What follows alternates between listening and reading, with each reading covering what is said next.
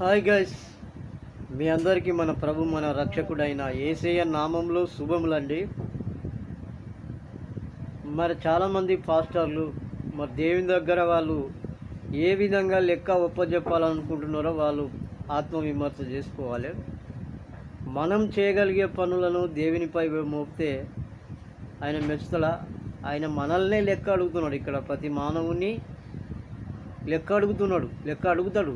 ఇక్కడ జరిగే ప్రతి క్రియకు, ప్రతి మంచి చెడ్డలన్నిటికీ మానవునే బాధ్యులు చేస్తున్నాడు దేవుడు. ఎందుకంటే ఇదిగో నేను త్వరగా వస్తున్నాను, వాని క్రియల చొప్పున నేను ప్రతిఫలం ఇచ్చటకు జీతం నా యుద్ధ ఉన్నదని ఆయనే సెలవిచ్చాడు. మరి ఈ విషయం మీకు తెలుసు. క్రైస్తవులకు అన్యాయం జరిగినప్పుడు, వారిపై దాడులు జరిగినప్పుడు మీరు ఆరాధనలకే, చర్చిలకే పరిమితం కాకుండా మీరు జాయింట్ యాక్షన్స్గా ఏర్పడి వెంటనే వాటిని ఎదుర్కొనే ప్రయత్నాలు చేయాలి. ప్రజాస్వామిక బలాన్ని ప్రదర్శించాలి. లేకుంటే క్రిస్టియన్ జేఎస్ కమిటీ వాళ్ళు ప్రయాసపడుతున్నారు, వాళ్ళతో కలిసి అనేది చేయాలి.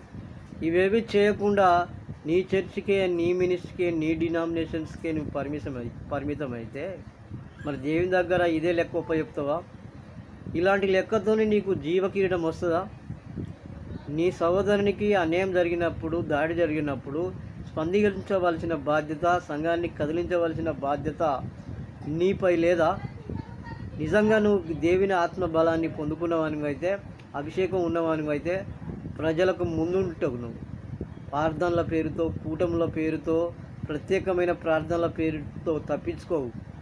ఇలాంటి క్రియలు చేస్తే, ఇలాంటి లెక్క దేవుని దగ్గర నీ లెక్క ఉంటే మరి నీకు జీవకిరీటం ఎలా వస్తుంది? అంటే నువ్వు నరుల బలాన్ని చూసి మోసపోతున్నావు.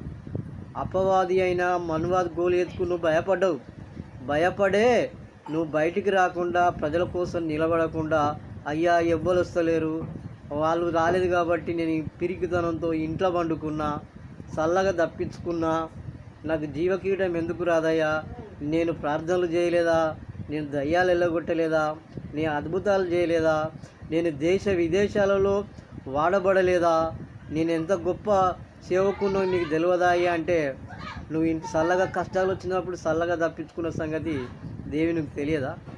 నీ లెక్క ఇదే విధంగా ఉంటే నీకు రావాల్సిన ప్రతిఫలం ఎలా వస్తుందో దేవుడే ఇస్తుంది. అది నీ ఆత్మకు ఆలోచన చేసుకోవాలి.